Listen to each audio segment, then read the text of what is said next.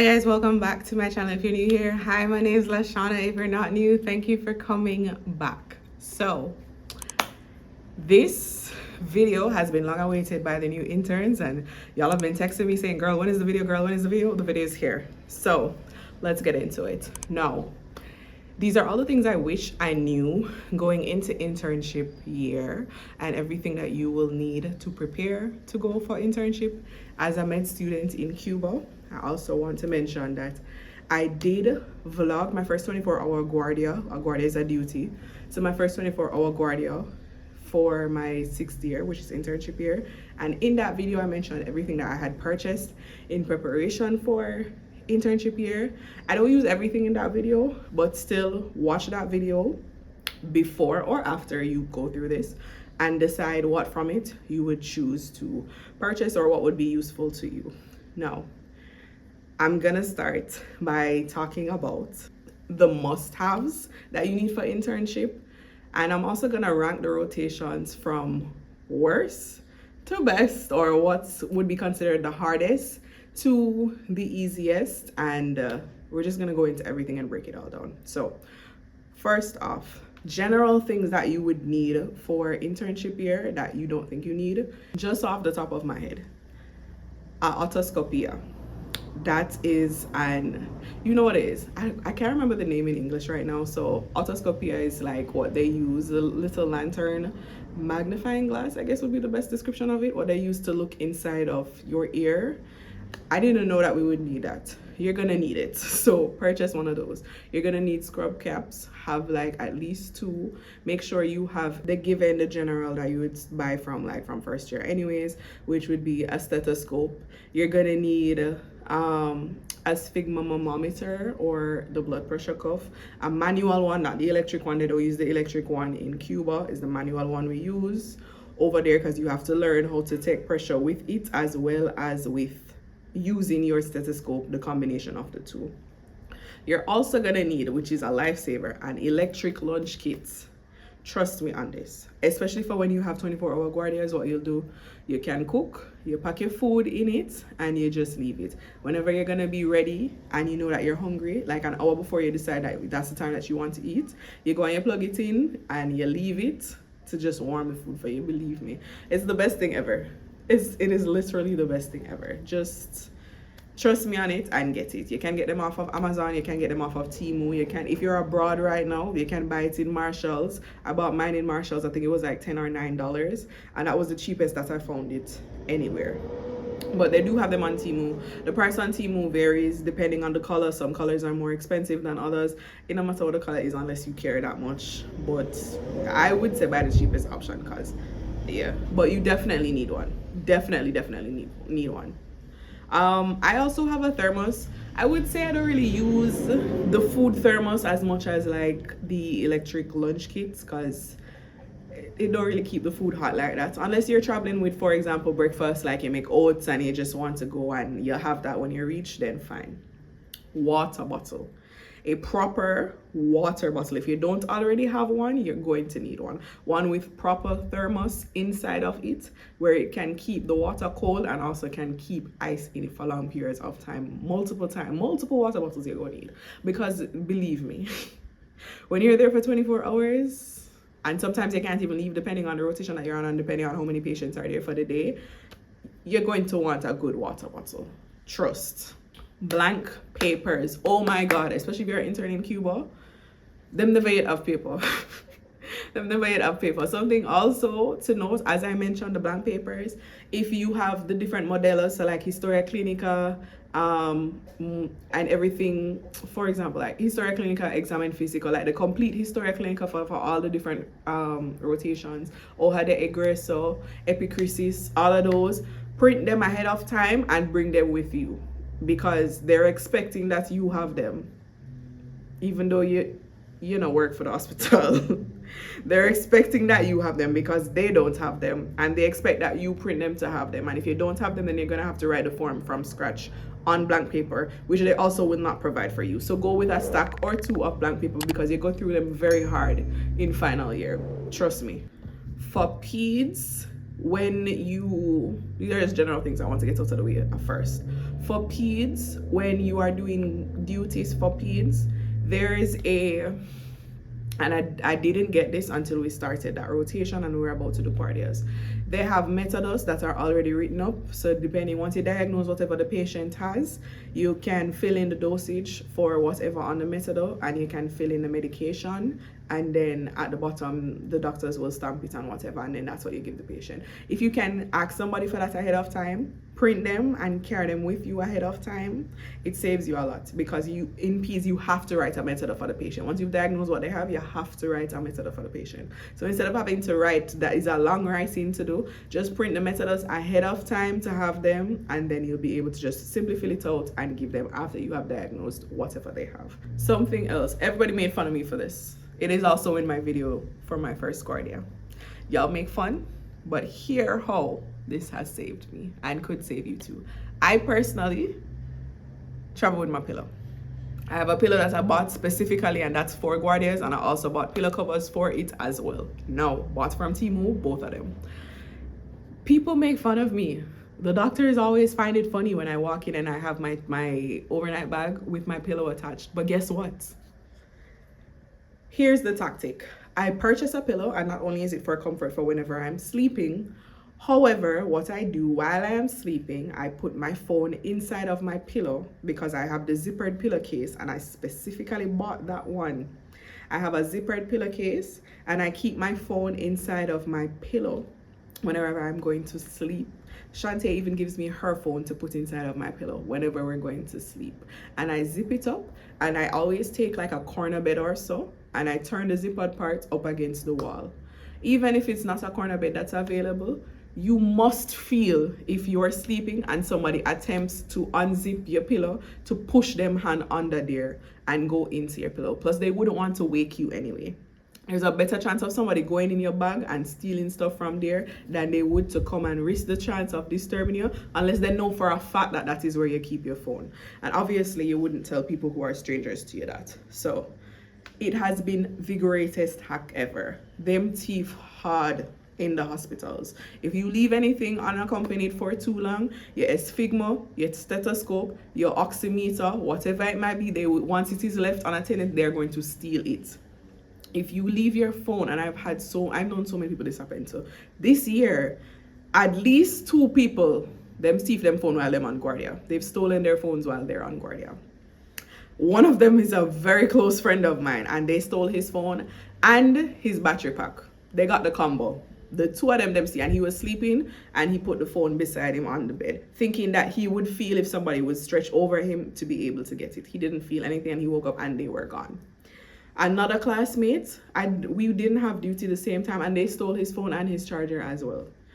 So they might make fun of you. It might seem ridiculous, but guess what? I have my phone every single time, and I wake up in the morning knowing and feeling at peace that my phone is with me, because I didn't used to do this. I used to sleep on the pillow, and then I would just put the phone in my scrubs, and it was the worst sleep of my life. Oh my gosh, because I kept being paranoid that somebody could lift up the sheet and just take the phone out of my pocket, because I've been pickpocketed like that before. However, it was on the bus where somebody just took my phone out of my pocket. Worst sleep of my life. You see, the minute I start sleeping with my phone in my pillow, I don't have to worry about that thing. I don't have to worry about anything, because I know I'm going to wake up and see my belongings there. To the point where my friends have started giving me theirs to put in there now when I sleep as well. So you might get some commentary. Now argue with us, soul. Do what is best for you, because I still have my phone throughout the entirety of this, and I have not had a scare or a risk at any point in time at all. So that's a pro tip. Can't say I never give you anything, right? Okay. Now we're gonna rank the rotations from worst or most hectic, but bracket worst to best. First up on the list, pediatrics. Y'all already know. If anybody has spoken to me and asked like how internship is going, pediatrics, and you know why. I've spoken about it in the past as to why peds wasn't my favorite rotation in 4th year. Believe me, it's worse as an intern, because you're basically regarded as a slave. No one cares about your feelings. The hospitals are severely understaffed right now with everything that's been going on, and it's you. Everything is falling on you. They don't care. No one cares about your feelings. No one cares about ever. And peds fully takes advantage of that. Peds fully takes advantage of that. We're supposed to be doing school at least, no, at most 6 days a week. Peds, some rotations or some sub rotations on Peds will want you to come to school 7 days a week. They'll try to tell you that you have to come to school on Sundays because somebody needs to be there to evolutionary. So you need to divide up either whoever is coming on the Saturday and then the next set come on the Sunday. We're not supposed to go to school on Sunday, but there is no justice for you. You're a slave. Yeah. Tea. So I'm just letting you know ahead of time, it's gonna be your most difficult rotation in terms of treatment, in terms of sometimes patients, and oh my god, definitely in terms of the parents. It is so annoying to deal with them. However, you have to get through it. Assistencia is very, them take it very serious in Peds. I mean, as an intern overall, you cannot, your assistencia is very important. Very important. You can lose the ratio, and that can cause you to not be able to graduate, and you can also, apart from you just going extra from loss of the ratio with whatever, which is a risk you just don't want to have. Internship, if you miss out too much of school and then it's a case where okay, you might have lost the ratio and you're still continuing to miss too much, you could just automatically have to redo the entire rotation, which means you have to do over either a year or something, because you won't be able to do exams. They won't allow you to do exams. And Peds, they're very serious on assistencia. Very serious on assistencia. All of them are, but we're gonna go down to the general and go down into the nitty-gritty of everything still. So I'm warning you from now, please do not be absent for Peds, please. And if you're absent, you could do like 1 day if it's a 2, but if it's a short, you have short rotations and you have long rotations. No, the short rotations, it's like they're 7-week rotations. The long rotations, you're doing that rotation for 9 weeks. The short rotations are, no, Peds is a long rotation. So Peds is 9-10 weeks, between 9 to 10 weeks. Short rotations, you would have more leeway of how many absences you can have. But with Peds, I'm telling you, don't risk it. So if within that long rotation, you also have other sub rotations. So you'll have respiratory, you'll have miscellaneous, you'll have nephrology, you'll have neurology, you'll have the different sub rotations within the main rotation of pediatrics. There are certain rotations you do not play with. A lot of them, but certain of them you can risk it to be absent with whatever. Like, let's say, for example, recent nacida, newborns, and that's over gyno. Because, you know, with the gyno, everybody know how gyno stay. Gyno, they're more lenient. This gyno is the gynecology doctors you're dealing with. They're more understanding with stuff if you come up with whatever excuse. Peds, no. And especially some rotations within Peds. So within the sub-rotations, let's say, for example, miscellanea is, depending on how they organize your thing, you might have 2 weeks on miscellanea and 2 weeks on respiratory. Depending. You could miss like 1-2 days out of the 2 weeks for miscellanea and you'll still be good, right? Respiratory, you could miss like 1-2 day, maybe you might be good, depending on who it is, the doctor that's there, but they're definitely going to notice. So respiratory is one of them you don't play with at all. Miscellaneous is the next one where you don't play with at all. But to be honest, as long as there's no seminary that's given at the end of it, they just decide whatever they want to give you anyways. It don't really matter, right? So you could go and be a dutiful student and go every single day and you do all of your work and whatever, and then if they decide to give like a seminary or a graded positive visita one day and you forget like a 2, you might end with like a 3, for example. As opposed to, let's say they didn't end up giving you the seminary or there was no graded positive visita and they don't actually know who you are, you might end with a 4, because that actually happened. It's pure injustice, but that's what I'm just saying. You don't know what's gonna happen to you, so don't put yourself in a position to risk it, especially with Peds. You have to be on your P's and your Q's. Peds is not one of those rotations that you play with, especially period, but especially for internship year. Do not play with Peds. Make sure you know your content, even the exams for Peds. Your success depends on the knowledge that you have as a student. So if you're an exceptional student and that's not anything for you to worry about, it don't matter which tribunal you get, to be fair. But a huge part of why internship is especially hard for Peds is that your tribunal dictates how exam for you will go. There's a specific tribunal that everybody know. Once you get into Peds, you will hear what it is. And it's almost like, I don't even want to really say a death sentence, but it's almost like from you hear that that's a tribunal that you get, say, there's a 60-70% chance that you're not passing. There's a 70% chance that you're not going to pass ordinary. And that those doctors specifically have a reputation for that. There's no way for you to really control it unless you get ahead of the situation and try to friend up doctors whatever ahead of time and say, oh, Prof, can I do my practical exam with you, and go to who actually have the authority to be able to do it, whatever. If you can't do that from the start. I always talk to you guys. I always be honest with you guys, especially people who are about to start who both start internship. I know most of y'all from 5th year, especially if you go here on. We know each other. I never tell you a lie. Listen to me. I've never told you a lie. Here, I always tell you what is in your best interest. This is literally just flowing from off of the top of my head, but guys, do not play with peds. Even if you're sick, you have to provide a doctor's note to say, and that doctor has to certify what is that you were sick with. If it's extended period, like let's say you were absent for a week or 2 or whatever, and they still go give you hell. They're still gonna cause problems for you. So I'm warning y'all in advance, right? That's peds. Peds was also, you all heard me mentioning for that you need an otoscopia. That's what you're gonna need it for. So while you're on a pediatric rotation, otitis media aguda is a very common illness that affects kids. You're gonna need an otoscopia. Literally just for that you need an otoscopia for. Because at least if you're in medicine intern and somebody come in and they have like the symptoms that would be associated with that, and it's in the day, you can just send them upstairs to the consultant for that. Or you can tell them, if it's in the night, you can say, oh, come back either Monday or come back tomorrow and go to the consultant upstairs for otolaryngea. Yeah, but peds, you have to have it. I didn't have one, and I kept having to borrow one, or I would send the patient to like somebody else. But for exam, it would be best if you had it. Also, if you can buy depressors, like tongue depressors for peds as well, they provide them, but it's good for you to have as well. Second worst ranking is Medicina Interna.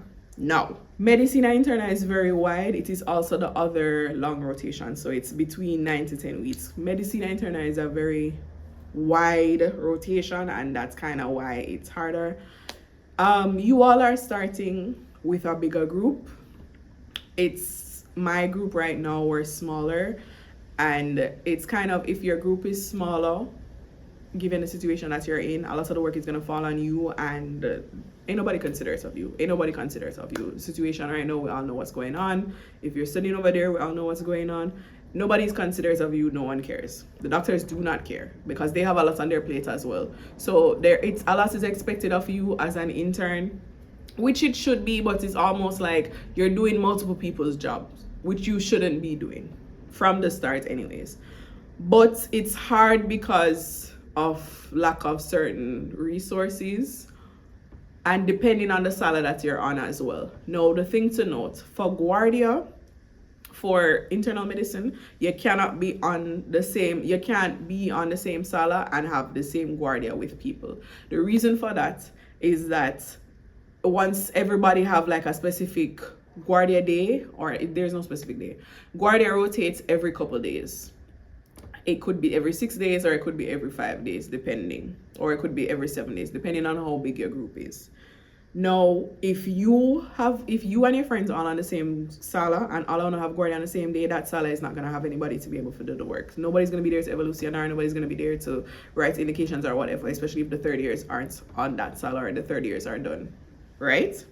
And that's why you can't be on the same sala and you can't have Guardia on the same day. That being said, my recommendation and what I did with my friends was that we chose to have Guardia together, because by right, sala, you don't must stay on sala like for the whole day. On average, once everything is evolutionary and once the indications have been done and all the work on sala is done, you can leave. Latest you'll be at sala, unless you have estancia, is 12 o'clock. Estancia is when you end up staying back and you'll rotate with different people on the sala in case somebody needs to stay back in the evening to be able to do work. So if there's a new admission or a nuevo ingreso, that person is there to receive the person, do up the historia clinica, write the primer evolution on the sala and all of those stuff. So you'd stay back with the doctor in the evening. You rotate between the people on the sala, so every single day you just need like 1 or 2 interns, depending on a medicine intern is just 1 interns. For peds, they want to keep back all 4 people. So it depends on the rotation that you're on for estancia. So given that that is the case, I would recommend that you choose to do guardia with your friends. I'm currently doing 24-hour guardias right now because, as I said, my group is very small and the hospital doesn't have enough staff. So we have to be basically supplementing that. So even though by rights the school dictated that we should be doing 12-hour guardias, the hospital is making us do 24-hour guardias because of the situation in the hospital. No, when you all start, I get to the 12-hour guardias again, but you all would have already started doing the 12-hour guardias because your group is much bigger and you have enough students to be able to divide up with whatever.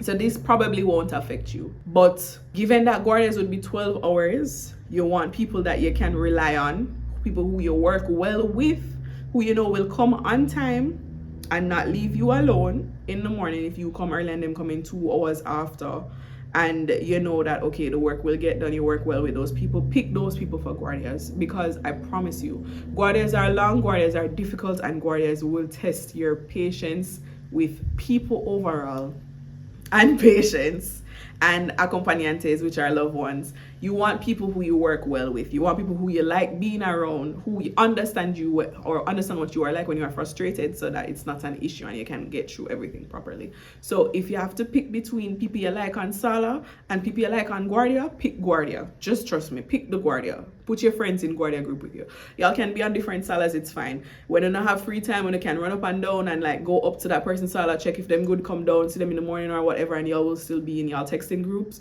and whatever, and you'll be fine. But the guardias, believe me, being on guardia with people you cannot stand is the absolute worst thing ever, because it makes you resent people so much when the work keeps falling on you. When it's your friend, at least if them going through something or whatever, you can talk to them about it and then y'all work it out and you forgive them with whatever. You're more fair, you know. But also, if you know, see your friend is like a lazy person and you can't deal with them like that and it's something that's hectic, maybe don't pick them either. It depends on you. It's up to you, right? But that's my recommendation. Third most difficult would be cirugía. Cirugía is at the same hospital that you do medicina interna at. No. Why cirugía? Cirugía, actually, I miss cirugía. I preferred cirugía over medicina interna because cirugía was more practical. We get to do sutures, you get to see accidents that come in, but everything was hectic. It was more so also when I did cirugía, it was more of like the slow time. So it's almost like you're there on guardia and there's nothing to do, so you're bored a lot more often. But whenever something coming for you to do, it's like you need to hit the ground running. So we had a lot more free time to be walking around. You could be on your phone, you could be out, you know. As long as somebody was in the consulta, man in the consulta, then it was fine. Cirugía was fine. To me, medicina intern is a lot more hectic because you have people just coming in. When it calmed down, it's not until like maybe like 3 o'clock in the morning there, and then that's when all the ambulance them want to come with all the emergency cases when you're tired. So surgery to me was more chill, but it depended on the group that you pick, because with everything, every doctor is not the same. For my surgery group, when I did surgery, or the doctor that we got was very chill, but he also didn't teach things. Who taught us to do sutures and who allowed me to do my first suture was a resident. I had been practicing at home anyways, but it's like they kind of expected that when you come in that you would know how to do it. No. For cirugía, make sure that you purchase a suture kit and practice it at home. No one's gonna teach you. You look on YouTube, find the videos, and then you do your little practice thing. And then when you feel ready and a patient comes, the resident will ask you if you're ready, if you want to do it, and they'll observe you and supervise you while you're doing it. And once them see that you do it enough time, then they won't even like go with you. They'll just be like, okay, a suture come in, go on, take the stuff and go do it. So I liked more practical stuff, so I enjoyed that more. That was me, and that's surgery. You can get to sit in on the surgeries, but you don't really get to do anything. So I think that's also why I wasn't such a huge fan either, because you kind of just stand up in the corner and you have to protect the sterile field, so you have to stay like, you know, hands up where they can see, you can't touch anything. You can assist if you like. Obviously, if you know the name of the instruments well and your Spanish is fluent enough and everything, then you can assist, and then that will give you more of a view. Sometimes the surgeries are more longer, sometimes with whatever, but that was surgery. The exam for surgery, For me, it was you have practical and you had written for exam for surgery. I also need to mention that for peds and for that. For surgery, I had practical and I had written. My personal practical, again, it depends on your doctor. My personal practical, by the end, we had a different doctor and she wanted us to do a presentation on, I think it was, each of us got a different topic. So it was appendicitis, lithiasis, vesicle, and pancreatitis. And we sat in there and we come in one by one and she asking whatever questions and we had to present with whatever. I think she did pass all of us and that was my practical, right? And that was done during our last guardia. The written exam now was obviously everybody sit down, we get the paper, we do the written exam, we get through with whatever. Other people had actual practical stuff to do, and you had other people who they didn't do their practical. They were supposed to do practical and the doctor tell them, say, oh, just bring me something nice to eat and I eat a practical grade that. And they did it and they never do practical. So again, it depends on your doctor. It's not a must, but it depends on your doctor. I didn't talk about it for peds and medicina interna. Medicina interna is practical theoretical. Whatever your estatal is, whatever subject that you're getting for your estatal, that exam would be a practical theoretical. So you get a patient, you have to write up the historia clinica for everything, you outline everything, and then you're there in front of the patient, the doctors will be there with you, you have to present the patient and they'll ask whatever questions, you go around in a room with whatever and then they'll ask you the theoric part of it. For peds, it was the same thing, same concept with whatever, right? So it was just surgery that we had the written exam for. Gyna, we had the written exam for as well. And MGI, we did practical theoretical.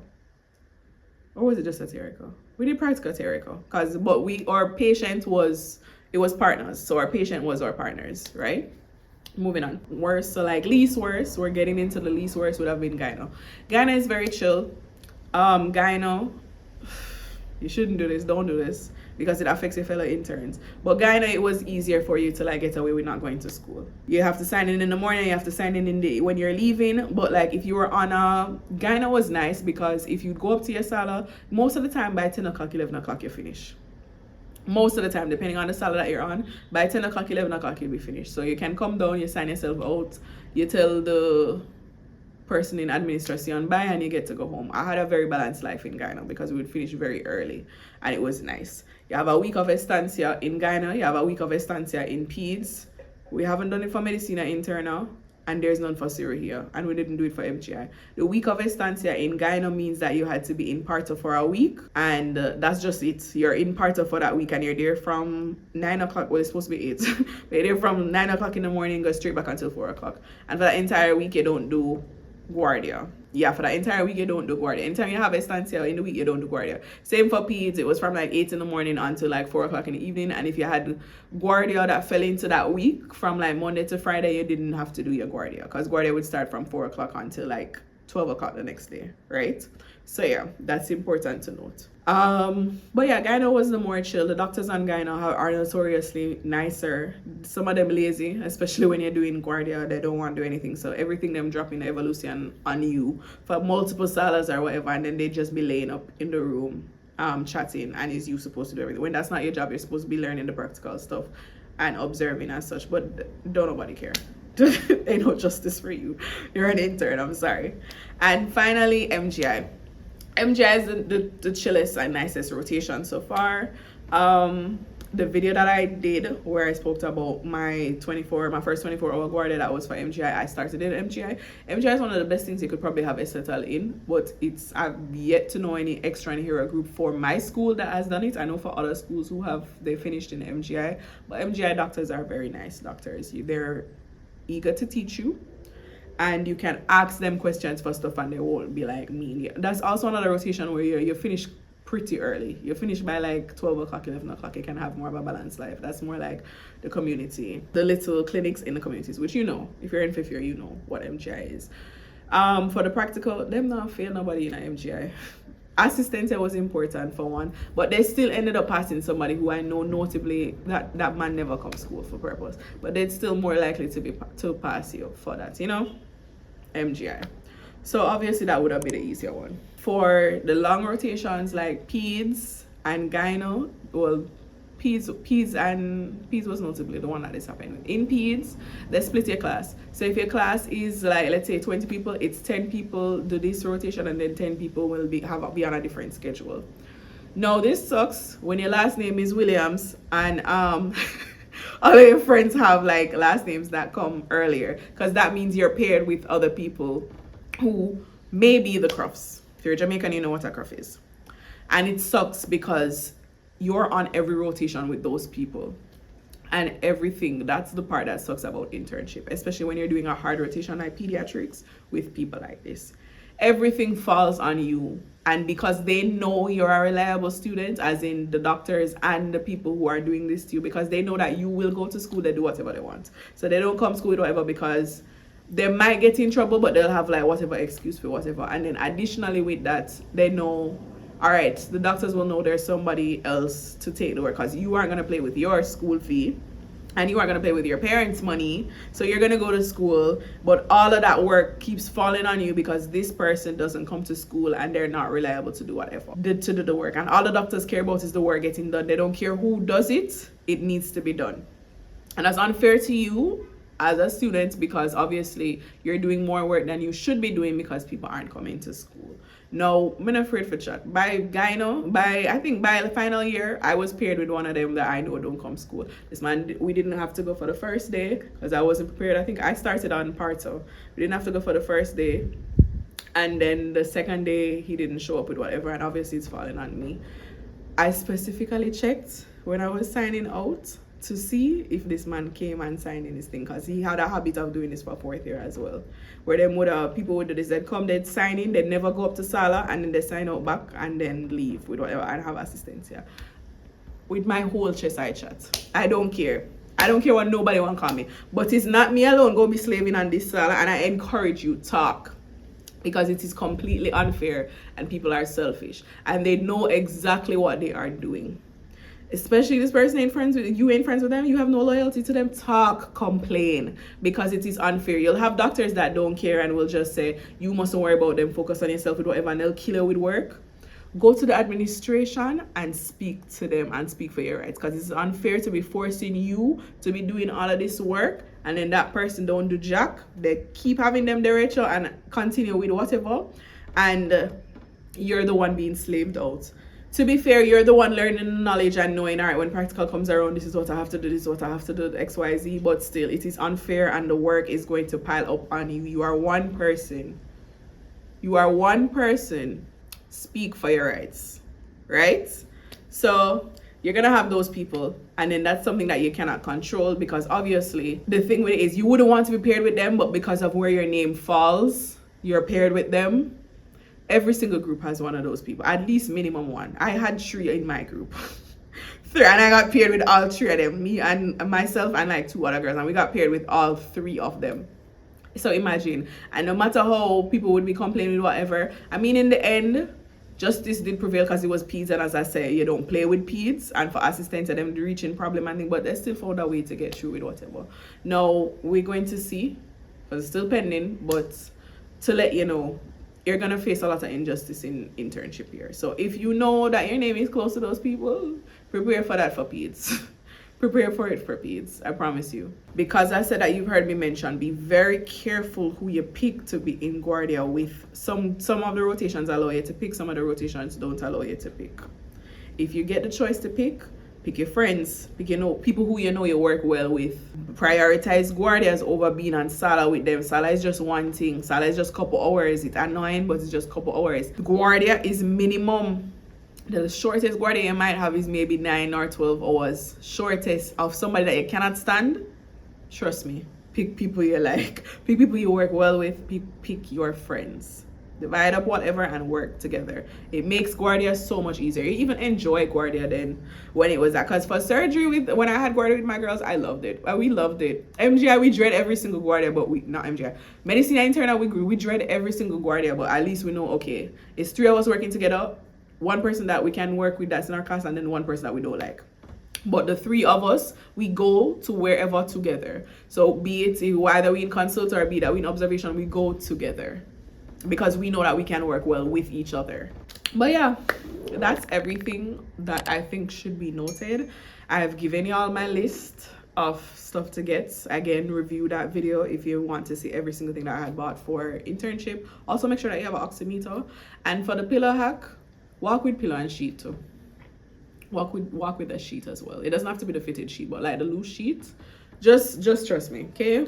Just trust me. Have a designated Guardia bag. Have multiple hand sanitizers that you can clip onto yourself, because a lot of the times the hospitals don't have water. Walk with tissue, walk with wipes, walk with disinfecting wipes, everything, every single thing. Hand sanitizer is your best friend. The hospital is nasty, which is a given. Every hospital is nasty, but just protect yourself. You will absolutely get sick. You see, peds, you have to get sick in peds.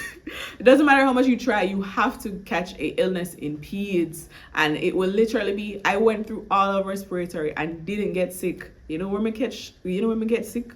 And while doing peds, ADA, enfermedad diarrhea aguda, diarrhea aguda, ADA, I got sick. I didn't even see patients. Why? Because I was avoiding getting sick on my last day. You know what I did? I evolutionary and I touched the docket. And then I left my hand sanitizer at home that day. So I wasn't able to clean my hands as I was leaving. And I'm sure at some point I put my hand near my mouth, my nose, or some porta entrada. And guess who was sick out? Me.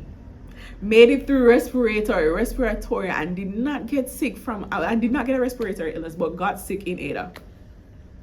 So that's almost alright about you are gonna get sick. So please travel with medication, flu medication, cough medication, decongestions, everything, the liquid, the tablets, every single thing.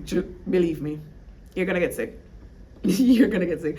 Bring a big bottle of hand sanitizer with you up, and then you refill the little hand sanitizer bottles, because not only are you gonna be using it, everybody else go, anytime them see you touch it, they want to use it as well.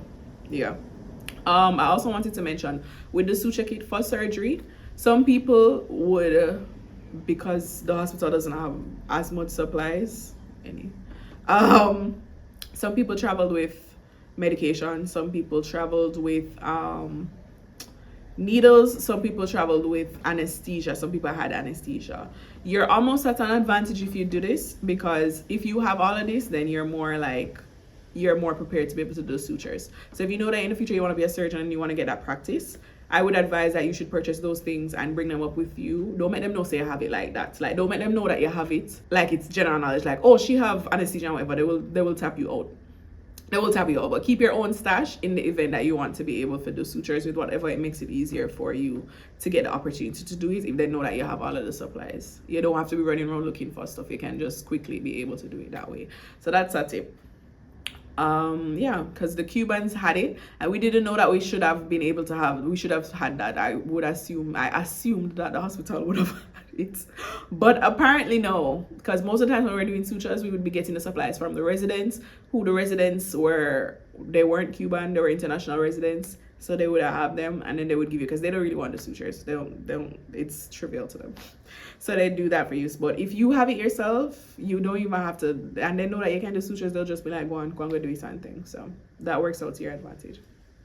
I really hope this helps. This is everything off of the top of my head that I can remember. If you see me looking down, my notes are here as well too, and I got through everything. MGI, you need to have a sphygma, you need to have a stethoscope, and you need to have a thermometer. Same for medicina internal. I mentioned that for Ciro here, you need to have a practice suture kit, gloves, hand sanitizer that you can clip onto yourself, needles, lidocaine, sutures, and a scrub cap. You need to have scrub caps or a scrub cap. And then I also mentioned for peds, you need an otoscopia. And yeah, that's it.